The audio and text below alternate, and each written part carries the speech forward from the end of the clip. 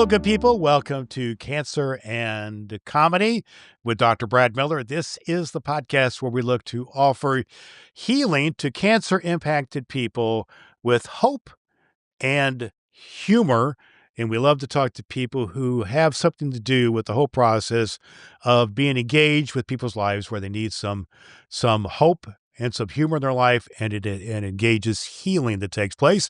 And so our guest here today is going to do just that. His name is Professor Frank Chindamo, CHP, and we'll talk about what that means here in a minute. He's the founder of and CEO of LaughMD, which is a company which has designed and put into implementation a proprietary video app which is used in hospitals and urgent care places, maternity wards, oncology wards, and dialysis, other healthcare settings. And he's our guest. He's going to talk. We're going to learn all about that here in just a moment. But Frank, welcome to Cancer and Comedy, my friend. Thank you so much, Brad. Happy April Fool's Day to you. April Fool's Day, indeed it is, my friend. April 1, 2025, the beginning of Humor Month. And so it's great to be with you. And tell me, what kind of did something April Foolish happen to you today? So I tried to trick my girlfriend into thinking I was growing a beard, and it was not the sophisticated do that you have there, Brad. It more like somebody had run a hairbrush through a car wash. Okay. Yeah, look bad. And so I did that, and then because we work in comedy and medicine, I did a prank for my old company that said that from now on, all the Secretary Kennedy's new AHA, as it's called, the Agency for Healing or something, they were going to dispense entirely no more vaccines. You would only get red clown noses. Okay. That's awesome. That's awesome. Here I have Well, a picture of the story. oh, you're going to tell me, yeah, you're going to show a photo, show a picture of that? Yes. So I'm sharing my entire screen. Share entire screen. Here we go. So here's a picture of the story, as it were, coming right up for you. Here. There we go. It's on my site here now. Good. So, There oh you my go. gosh, there I go. Now I see it. Okay. That's awesome. Nice. That is awesome, man. I love that. Stop, So, stop sharing. There we go. all right, Uh, there we go. We're back. Well, I Brad, could tell. what's your big April Well, Fool's Day? my big deal was with my April Fool's Day. I always try to get my wife, if I can, because she's a wonderful, fantastic woman, but incredibly gullible, and so that's good for somebody. She Most married people, you, so obviously. yeah, there you go. That's the biggest joke of all. And but it's good for somebody like me who likes to fool and pull pranks once in a while. Anyhow, yesterday was her last week. She retired. Yesterday was her last full day of work after something like 40 years in the legal profession. And so today was the first day in a long time she's going to get to sleep in, on a work day. And so she was really looking forward to sleeping in, but I got up a little bit early and I went to the bathroom in the hallway, down the hallway, and I came back excited. Hey, I saw a mouse in the hallway. And of course she flipped out and was jumped up and was not happy with me. And that's when the beatings began. And so she didn't get to sleep in. She got to freak out and, me. And then I said, April Fools, of course. And then then came the groan, the groan came, came, came then. So, but we have some fun together and we've been married for coming up on 35 years pretty soon. So something's working there. Yeah, something's working there. But Frank, I Yeah. appreciate you joining me here, man. You've got some innovative stuff that you're working on. I really want to get into it here in just a minute, but man, you've already talked about some things that kind of made you laugh with a smile on your face here, and you're in the business of laughter in a way. Um, but I know there's got to be, we're going to talk about a little bit about your background, how you went from a writer in comedy, and now you're in this area of of therapeutic technology, I guess. I'd like you to unpack that a little bit, just a little bit of your story about how you moved from the entertainment world into kind of this combination of technology and entertainment. And I don't want to say too much. I want you to share it, please. A little bit about your background there. Well, sure. So I was that little schnook who would get, beaten up. I grew up in a rough neighborhood and get beaten up and knocked over. And I found, just like George Carlin, that if I was funny, that I would get left alone and not beat up. So I kind of honed my sense of humor and uh, considering I came from a lower middle class background, my dad was a sanitation worker in Queens, New York. There was no possibility of me ever getting into showbiz. But lo and behold, within a couple of years of that, I was working here at this place. You've probably heard of this TV show. Well, I see it, but for our audio listeners, tell us what you're showing us here, I'm showing and you a little bit of live. I wound okay. up started as an intern at SNL the first Eddie Murphy year. There you Wow. have it. And Saturday Night then Live. Wow, that's incredible, man.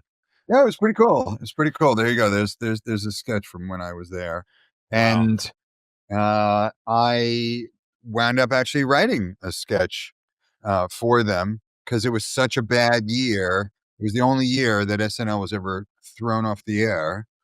Wow. But that's how But you got desperate you let a 19-year-old write something for them. well, give us just a little nugget of what that sketch was about, and to walk us through what it was like to actually see it, be on air there. What was that? That must Well, have been a thrill. so the two movies of that summer were Raging Bull with Robert Okay. De Niro about the prize fighter, and Elephant Man about the horrifically ugly uh, man who was became part of society, but he always wore a hood because he was so ugly. And so I mashed the two of them together and called it Raging Elephant. Okay. And it's about a horrifically ugly boxer. Okay. And so that must have been, and that made it on air and everything. Is that right? Well, it was slated to go on air, and I was ecstatic about it. I'm 19, as I said, and that the week before they had done, the reading of it and everything, and the host that week was Charlene Tilton from the TV show Dallas, and there Yeah. was a running gag about who shot JR. Right. So we had a pretend assassination with a guy named Charlie Rocket on our show, and we're getting to the weeds here, but it was Who Shot CR, Okay. and this was in the early 1980s when many of our cast members and sketchers were fueled by cocaine. Yes. Okay. So Charlie had done a little bit too much of the cocaine, and when they asked him, Charlie, who shot you? He said, I don't know, but I'm going to find out who the bleep Oh did my it. god. Yeah. Oh my And goodness. Well, yeah. that must have been a thrill to be just to be involved in it at all in that, and that was that led you to some other things. I know you worked on some movies and some things of that nature. So tell us a little bit about that, and then transition a little bit to what's kind of fast forward to what you're doing now. Yeah, no, I wound up working on, only almost exclusively comedies. I worked on Ghostbusters in the writing department there, and I got to work with the writers Dan Aykroyd and Harold Ramis on that, just as an assistant. I didn't write a word of it, Okay. but that, and then I wound up having a company called Fun Little Movies that, for you video viewers, can see behind me. I wound up winning some awards for making little short comedies for like HBO and Showtime and all comedies with some great comedians. And then I wound up becoming a professor, and that's why I have the title at schools like USC and UCLA and Chapman University as a web video professor, teaching students how to make little comedy videos. But I always knew this is your next question. So what'd you do after that? Oh, okay. I'm sorry. I missed my cue, man. So what'd you do after that, Frank? Funny you should ask. Please, sir, tell me what happened after that. No, I could never. Yeah. Okay. Oh my. Okay. You'll have to pry it out of me. Oh my. Go, go, go, baby. All right. So I was teaching my students about how to make videos for the internet, and it was kind of the dawn of that on up to just a couple of years ago. And realized that the best and highest calling for the funny videos that I made were to put them in hospitals because laughter is the best medicine. So I formed a channel, a TV channel of fun little movies that played at Kaiser Permanente Hospital and at Cedar Sinai Hospital. And that's how it all started. Well, and that's awesome. And you also sound like you were kind of on the edge of some of the YouTube stuff and things like that happen in terms of doing web videos, things like Yep. that. So you're kind of the one of the daddies of YouTube. I know that you may or may have been involved with that with the people who you know, the guys who started that, but the a lot of that energy, creative energy, was popping around then. But before we dive too much, Frank, into um, what you're doing now about doing the videos in hospitals and so on, I want to ask you a little bit about kind of some motivation or some other aspects that may have been here. I know in our prior conversation you mentioned that you lost your father to cancer, and Mhm. I just wonder if you can go back and kind of walk us through that experience in the sense of how that may or may not have shaped your vision for either comedy or laughter and or even what you're doing now. Is that a part of the story? It's a really big part. I mean, my dad unfortunately was dying of cancer at the hospital when I was working at SNL, and every every couple of nights I'd go see him after work, and I wished that I could bring what we were doing at SNL to the hospital because everybody knew, laughter is the best medicine, and the the the the milieu at SNL was the literal opposite of that at the hospital, where it was dour and depressing, and gray painted walls, and whew, Yeah. wow, a bummer to be around, you know? You got that the certain kind of a vibe and smell around some hospitals as well. That just is, as Yeah, you said, it's depressing. And so, were you able to and do I some of bring that? Were you that. able to were you able to bring a little bit of that uplifting kind of thing to him at all? Well, not really. At least I didn't bring the smell with me. Okay, Uh, there you go. but I wish that I could, but in those days it was just linear television. So like you couldn't just, watch SNL on demand, right? You had to wait until it Yeah, came Saturday nights at 11:30. So um, that was kind of the seminal thing that kind of cemented in me that like I should stick to comedy because I know comedy can make people feel better, including myself. yeah, And it got me out of a few beatings when I was a kid. right, S right, had a big yeah, nose, just like George Carlin. right. Uh, I grew up in a really tough neighborhood, and so I learned to, be funny and not get beat up. So, So it's a bit of a survival skill. You had the thing going on with your dad. Was there anybody else influential in your life who was kind of a funny person, or anybody buddies that you had who kind of were part of that vibe of comedy or being funny? well, by the time I, you know, got out of SNL and Ghostbusters, I was, working on lots of comedy movies, and then I started working in comedy clubs and Okay. working with like Ray Romano and Dennis Leary and whew, Jackie Mason. That's going way back. Um, Yeah. a lot of the comedians who you know from today that were pretty, just starting out back then. Wow. So A lot of influence that way. And yet you've took a track that was that kind of melded, if you will, or the intersection of comedy entertainment, and you yeah. went into the educational part of it and now in the technological part of it. So take us there a little bit, how that uh, evolved for you to get an education in the technology and then to kind of bring it back around into this app that you have. Well, along the way, my stepfather by this time he was dying of cancer, and by this time, I could bring in like a portable VCR to show him, And then my youngest brother passed away in a hospital of cancer-related illnesses. And each time it just broke my heart. And so here I am, a professor teaching students how to make mostly funny videos. And I realized that the greatest, highest calling of making funny videos was to give them to people who were in dire need and in hospitals and cancer facilities. Right. So I know Sure. one of the things you've said several times in our conversations, and some people think of it as a trite saying, but as you and I certainly don't. If laughter is the best medicine, then why aren't we really using it more?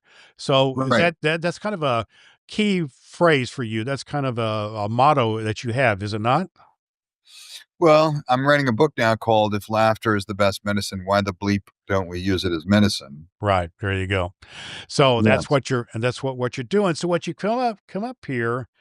Um, is well, tell us kind of how it works. You now have used kind of modern technology, and you've got some people who are really working with you to put laughter as actual medicine, as it were, as a therapeutic tool, if you will, into the hands of people in hospitals and therapy clinics and what have you.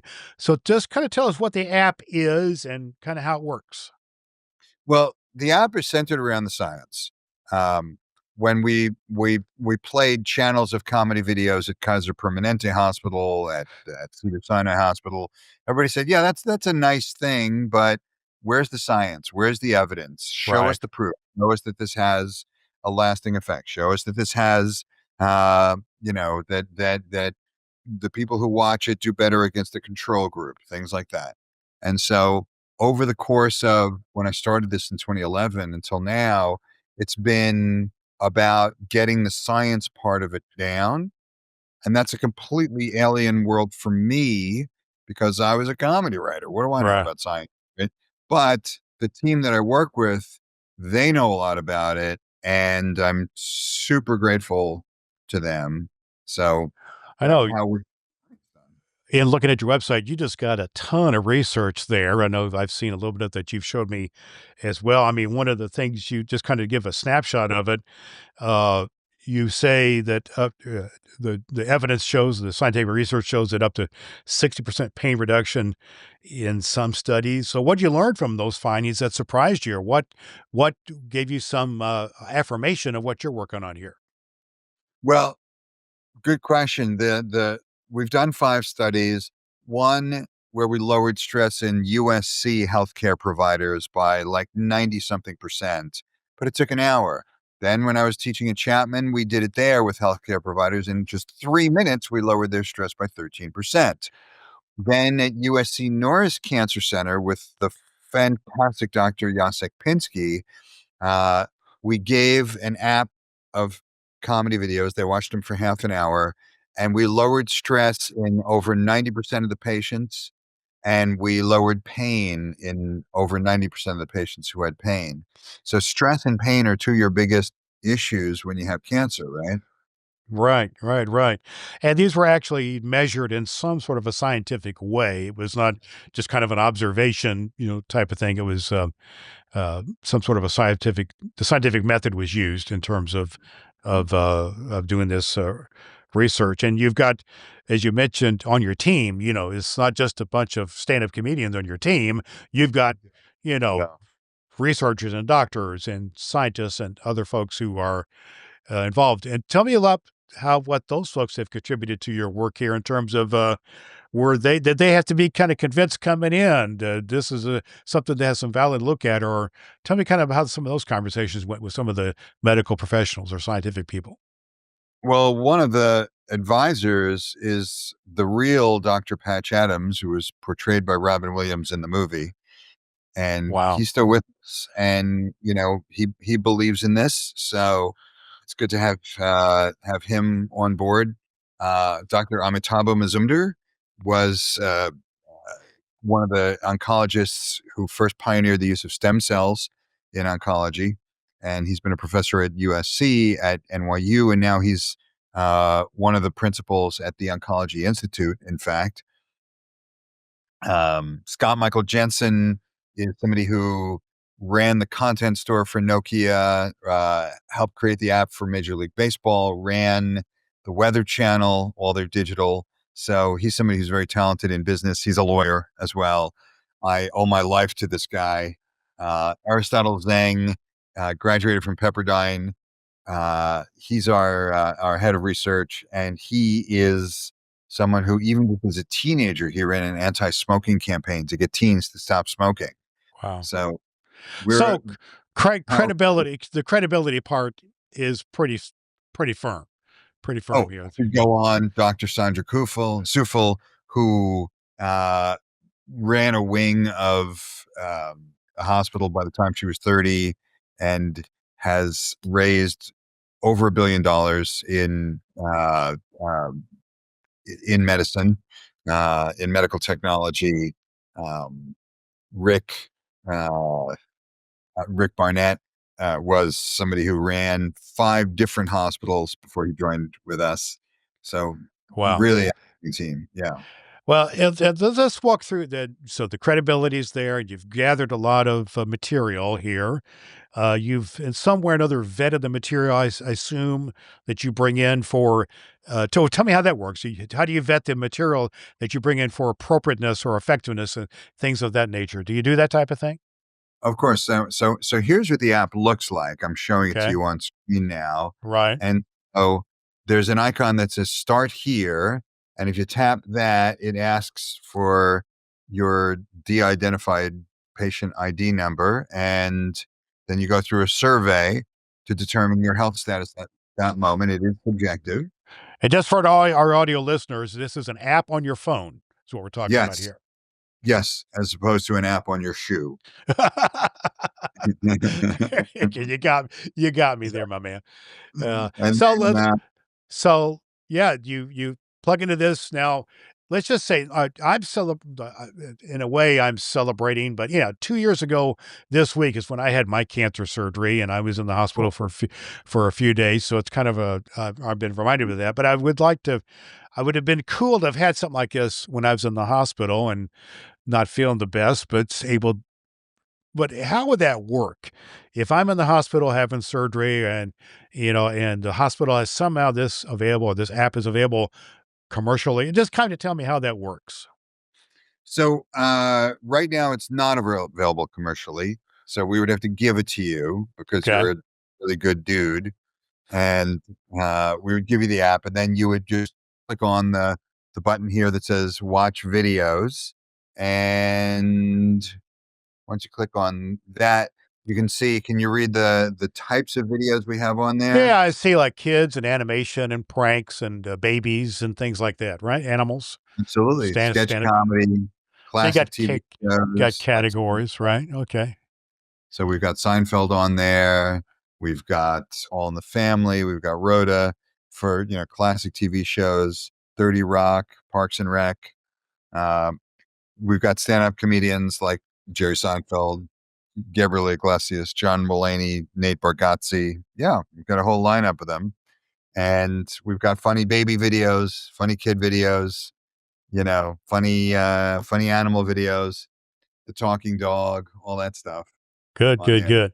So But there's the I'm sorry. all Go of ahead. it, as you said, we have a team of 4 people who look at the videos and make sure that they're clean, make sure that they're friendly, make sure that they're not something that's going to embarrass you as you play it on your phone next to your Aunt Millie.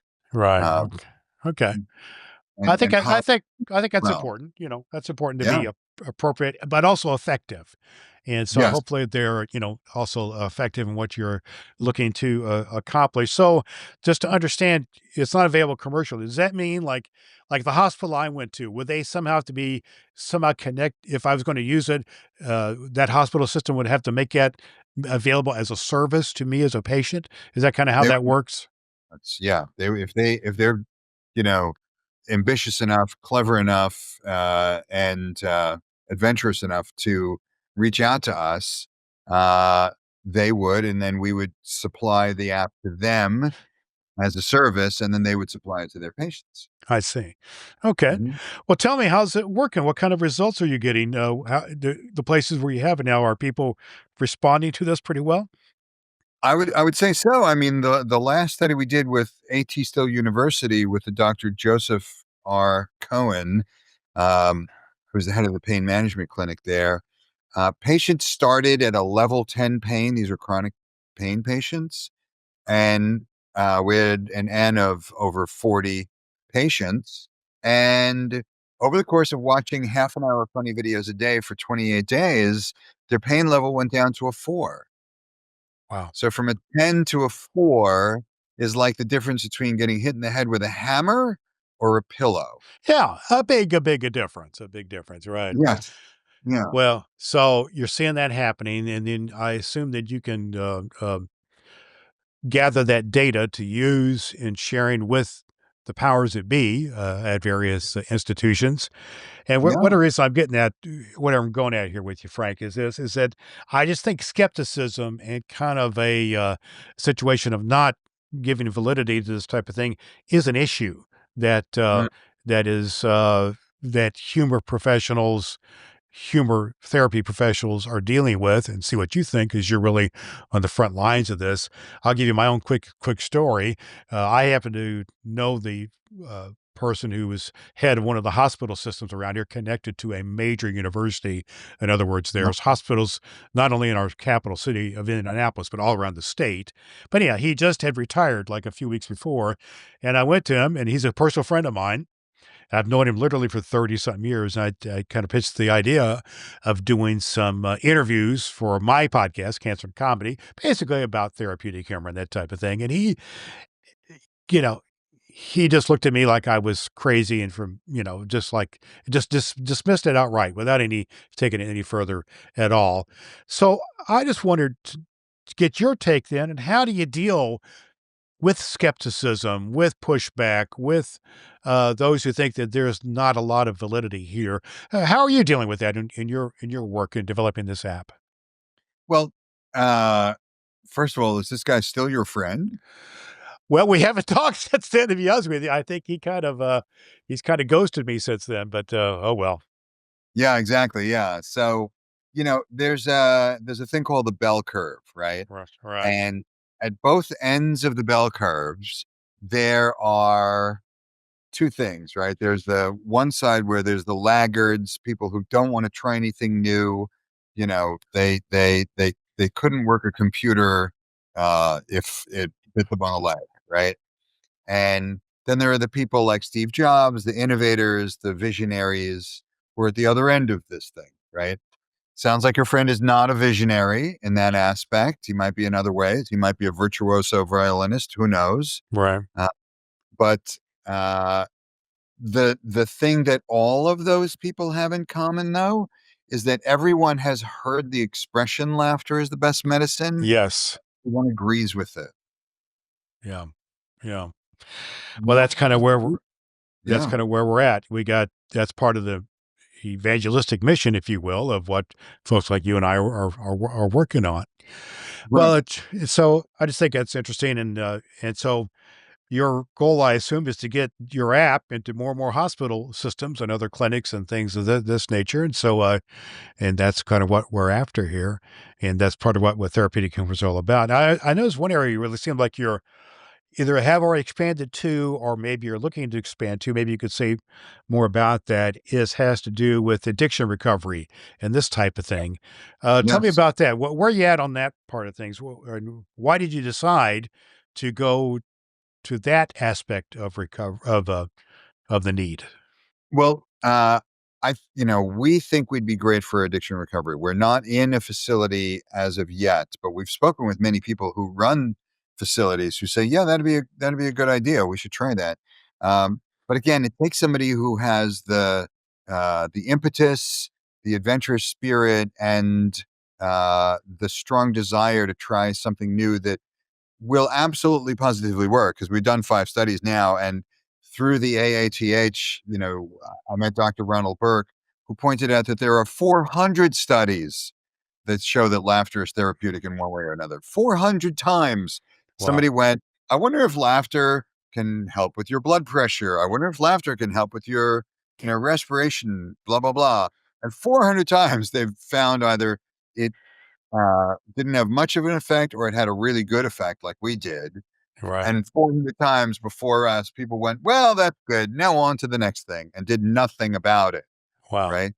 We're the first people to do something about it. So, in terms of cancer, the obvious um, solution is that if we're lowering your stress and lowering your pain, which we've been proven to do over and over again, then it's going to be easier for you to focus on your recovery and your healing. And uh, that stress and that pain is, once that's away, your body's immune system is going to be able to fight the cancer in a more effective way. Yeah. So you've got the what I'm hearing here now, and what I want to go with you on this is that I'm hearing you've got good validation from the medical world and from scientific data and that type of thing, and you're applying to that. But let's Right. talk kind of anecdotally for a second. Have you seen it happen? Have you seen it happen where someone, and tell me about that experience where you've seen somebody kind of light up or glow or, share a testimonial about how this has gone for them. And if so, tell me about one or two of those type of experiences. Well, sure. You can see if you go to laughmd.com, which I encourage you to do if you want to get the app, you want to experiment with it. Um, and it's free. So mm, there's that. But you'll see on our little intro video, you'll see my father-in-law, Paul Derek Herrera, who is receiving dialysis and holds up the iPad and says, "It really helped me a lot." And it Right. did. And it does continue to do so. You'll see my dear friend Michael Citrin, who uses it during his oncology infusions. And he says that it makes him forget about the pain and the stress of having that infusion. And he has to do every month, and it's a pain in the neck. Right. So Yeah. he's Literally. using it. And I've yeah, exactly. I mean, when I worked with USC, and you would see the patients using it and see them light up, or the patients that we're working with at the Oncology Institute. I can only say the first names of Judy and Sergio, but uh, Sergio has particularly aggressive bone cancer, and yet he's doing okay, and he's watching his comedy half an hour every day. Wow. So almost Yeah. in a way, almost like a prescription in a sense, or at least a therapeutic application of this. Well, that's awesome. Well, Frank, Yeah. let's bring it around to this. What would you share with anyone who's thinking about somehow getting involved with LaughMD or wants to know more about it or how it can be impactful with their lives, either personally or maybe they have some influence in some medical system? Which kind of things would you share with those folks? Well, the people that we'd most like to talk to would be people who are in the medical profession, who would like to see this, would like to try this in their facility, um, with their patients, or if you're a patient and you want to try it, um, and you're undergoing some form of care, and we can help you in any way. That's what we want to do. We're here to help people.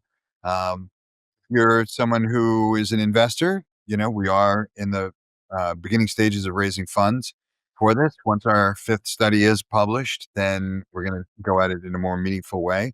By the time your viewers are hearing this, that study may have been published. Wow. Yeah. Well, great. Well, tell if folks want to learn more, is there a website or things that folks can go to at least learn more about what we're talking about here? Sure. LaughMD, LaughMD.com. And info at LaughMD gets you there, or there's a contact button on the website as well. And we'd love to, hear from your folks and help them with, healing their patients or their own journey themselves. Right.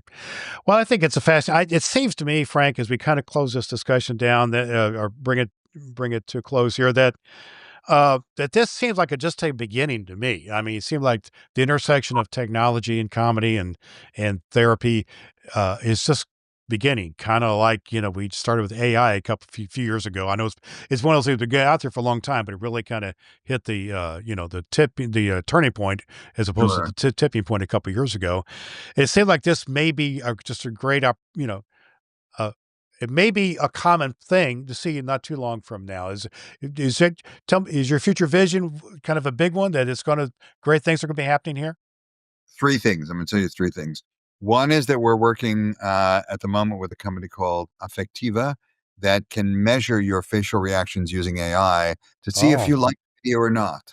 wow. So we can personalize the channel for you to say, Okay. well, Ed likes puppy videos and doggy videos, but he doesn't like stand-up comedy videos. So we're showing more puppy videos.